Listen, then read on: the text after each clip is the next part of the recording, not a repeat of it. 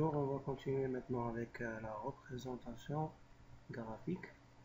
Donc, comme on a déjà vu, comment représenter graphiquement la variation des phénomènes totaux selon les deux variables qui sont le solvant et la durée. Maintenant, pour représenter graphiquement, on doit sélectionner le tableau de moyenne. Donc ça, c'est le tableau de moyenne. Et puis, aller dans le menu analyse et cliquer sur le bouton de graphique croisé dynamique. Maintenant, j'ai plusieurs types de graphes à représenter, mais dans ce cas-là, nous avons une variable quantitative selon deux variables qualitatives, et la meilleure représentation, c'est la représentation des moyennes avec un diagramme en barre.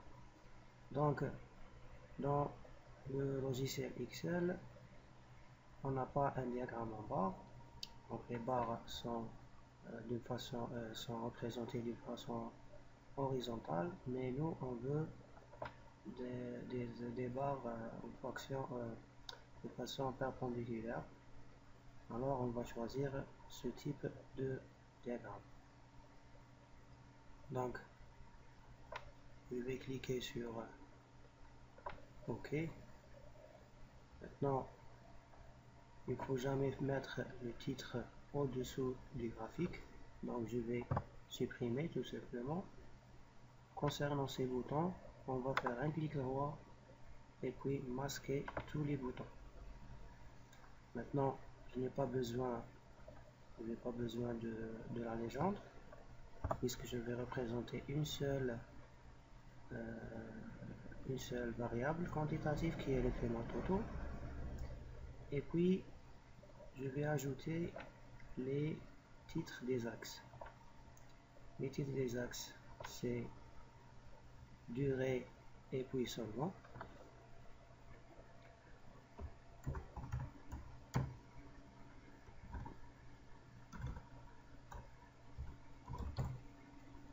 On peut les appeler autrement. Et là, je vais mettre moyenne des phénomènes totaux. Maintenant, il ne faut jamais que l'axe DY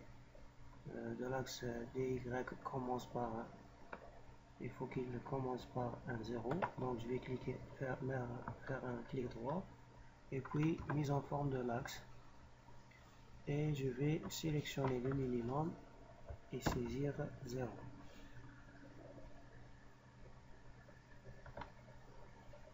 Alors maintenant, j'ai trois chiffres après la virgule qui n'ont aucune utilité, donc je vais cliquer sur nombre et minimiser